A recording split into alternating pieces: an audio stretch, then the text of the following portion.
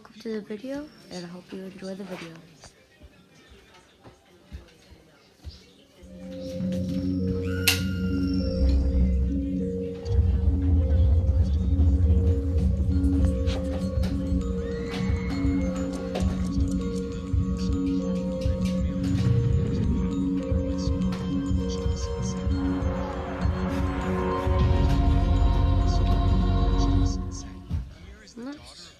That's pretty sad.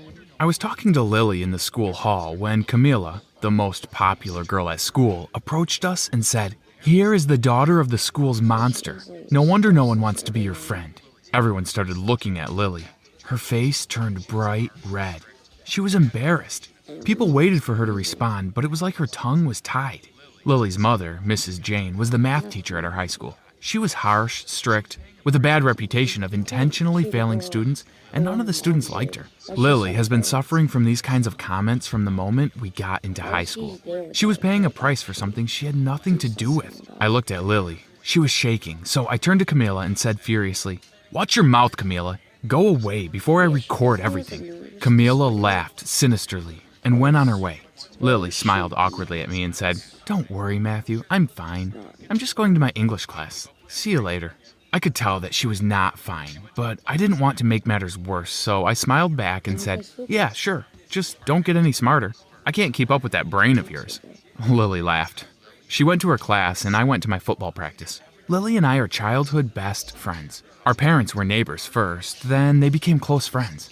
And that's how Lily and I became inseparable. We did everything together. Going to school, sneaking out of the house at night to go to parties, and picking each other's outfits for special occasions. When I broke my leg during summer vacation and couldn't get out of bed, Lily stayed by me to watch movies and play board games so I didn't get bored fast. And when her parents got divorced, Lily came and cried over my shoulder. In short, all my childhood memories involved Lily in one way or another. Everything was going well until we got to high school. The moment the students knew that she's Mrs. Jane's daughter, they started picking on her. At first, Lily didn't care, but then it got worse. The comments became meaner and meaner. I asked her once, "Can't your mom do something about it? I mean, she's a close friend to the principal, and what about moving schools?" Lily let out a heavy sigh and said, "Mom's got enough problems on her shoulders. You know, she's working 2 jobs to provide for Ronan and I. Moving to another school would be expensive. She would have to get a babysitter to take care of Ronan after school if I arrive late. We can't afford that." And that's why Lily had to deal with it. I was her only friend. I would keep mean girls like Camila off, but most of the time, she would be alone. And how shall I put it? She does not exactly have a strong personality. She gets scared easily. Things were going that way until Lily was not herself anymore. She started acting strangely. One afternoon, I went to Lily's house to work on a school project, but Lily didn't answer the door. I called her, but her phone was off. I sent her a message through Instagram and her other social media accounts, but she didn't even open them. I started to worry. What happened to her? The next day, I went to school looking for her. After going to all the places she usually spends time at, I finally found her having lunch on one of the benches outside. I called her. "Hey, Lily, where have you been? I've been looking all over for you." Lily was terrified when she saw me. She grabbed her things nervously and ran away without saying a word. She even left her half-eaten sandwich on the bench. I was confused. What was going on here? I followed her while calling her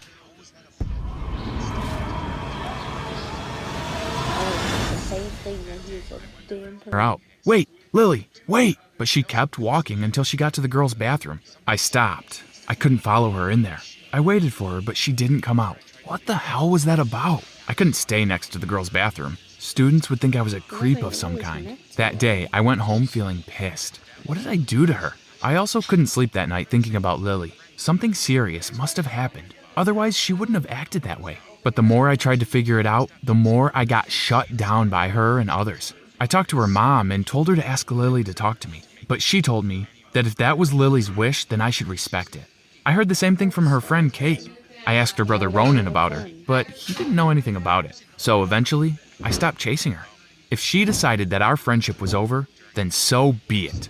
I was not going to make any effort anymore. What hurt me the most, though, was that she stopped looking at me. Whenever our eyes met at school, she looked the other way like she hated looking at me. That was infuriating. I thought she forgot all about me. Yet, at our final football game during halftime, I was sitting on the bench to rest and drink some water. And when I looked over, I saw her standing at the stairs looking at me. She was holding her camera, as she always did, taking pictures of me while playing. What does that mean? Our eyes locked. I walked over to talk to her, but the coach stopped me. Hey, Matthew, where do you think you're going? We're starting in a minute. So I got back to finish the game, and we didn't talk afterwards. Things went the same. I got used to her not being in my life. I noticed that she stopped posting pictures on her social media accounts or writing new blogs, but I just assumed she's taking a break because of what happened at school. My friend Ron came rushing into the classroom and screamed, Hey, Matthew, you need to come see what's happening to Lily. I responded, Lily and I are no longer friends. I don't care what happens to her. But Ron interrupted me. Camilla and her friends are coming on her. What the hell is wrong with Camilla? Why can't she leave Lily alone? I got up and ran as fast as I could. Camilla and a bunch of other snobby girls were surrounding her. Camilla was yelling, So, you think you get an exception just because you're the teacher's daughter, huh? How come you get an extension to hand in your assignment? How come you always get A's in math? Cheater! They all started laughing. And when Lily tried to leave, they stood in front of her to block her from going anywhere. Lily started to cry. She couldn't take it anymore. I shouted, Yo, stupid girls, get off. Don't you have anything better to do with your lives? Oh, here comes Prince Charming to save the situation, I heard one of them saying. They split up and Lily and I were left alone. She looked at me and said, Thank you, and started walking away. But suddenly she put her hands on the wall beside her as she needed something to hold on to. Then she fell. Lily! I screamed and went over to her. Lily was unconscious. I held her head in my arms and told Ron to call for help. In a matter of seconds, the principal and 2 other teachers were there. One of them called an ambulance. Then Lily's mother came screaming, Get away from her! Get away! Lily was taken to the hospital. I went with her too, and there I heard the shocking truth that Lily had leukemia. I felt my whole world crashing down. I was about to lose my best friend in the whole world. How am I going to live with this? But when I looked over and saw that Mrs. Jane was crying, I remembered that she too was about to lose her daughter. We were both heartbroken, and we were in this together. The doctors told us that she needed to rest. She passed out because she went through tremendous stress, so we sat outside waiting. Hours later, Lily woke up and I went to see her. Her face was pale. She looked exhausted, like she had been working for hours, but she managed to put a smile on her face and say, I hope I didn't scare the hell out of you. My eyes teared up, but I said, You can get my attention in some way or another, you know? She giggled and said, I'm sorry. I sat beside her bed while she went on explaining that she pushed me away because she didn't want me to get hurt. She wanted me to get used to her absence, so if something were to happen to her, I wouldn't be in so much pain. I forgive you, but that's just stupid. I hugged her and told her that we were going to get through this together, and that's how we got our friendship back. It was my time to repay her for what she did for me when my leg was broken. I tried to spend time as much as I could with her in the hospital. I bought her books, played with her, and tried to do her hair when she was too exhausted to lift her hand. I prayed that she would get her health back. 2 months later, Lily's birthday was coming up. I wanted to do something special for her that would light up her mood. She always wanted to watch a sunrise on the beach, but she didn't get the chance to. So, a day before her birthday, I went to the beach and set up a tent with sleeping bags inside. I got 2 chairs and a small table outside. I also asked Ron's dad to lend me his generator. I bought some ropes with mini lights and decorated the tent with them. It was simple, but so beautiful. I also bought her favorite taco meal, snacks, and drinks. Everything was ready. At midnight, I went to her house feeling super excited about what was about to happen. I wanted to see the look on her face when she saw me standing above her head, and the joy that she was about to experience when she got to witness that magical view. But when I arrived at her house, I saw an ambulance outside. Mrs. Jane and Ronan were standing and crying. I approached them and asked, What happened? Mrs. Jane choked when she said, Lily is no longer with us. She passed away while she was asleep. I couldn't hear what Mrs. Jane was saying next.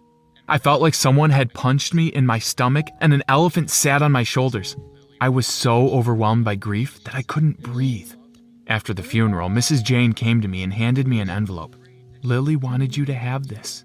I couldn't get myself to open it. It sat on my table for days before I had the courage to read it. And when I did, I couldn't stop myself from crying uncontrollably. Lily wrote her confessions in that letter. She said that she loved me, and the real reason she pushed me away was because she was afraid that she wouldn't be able to control her feelings around me. She didn't want to start a relationship knowing that she could die any minute. I love you, Matthew. Always have and always will.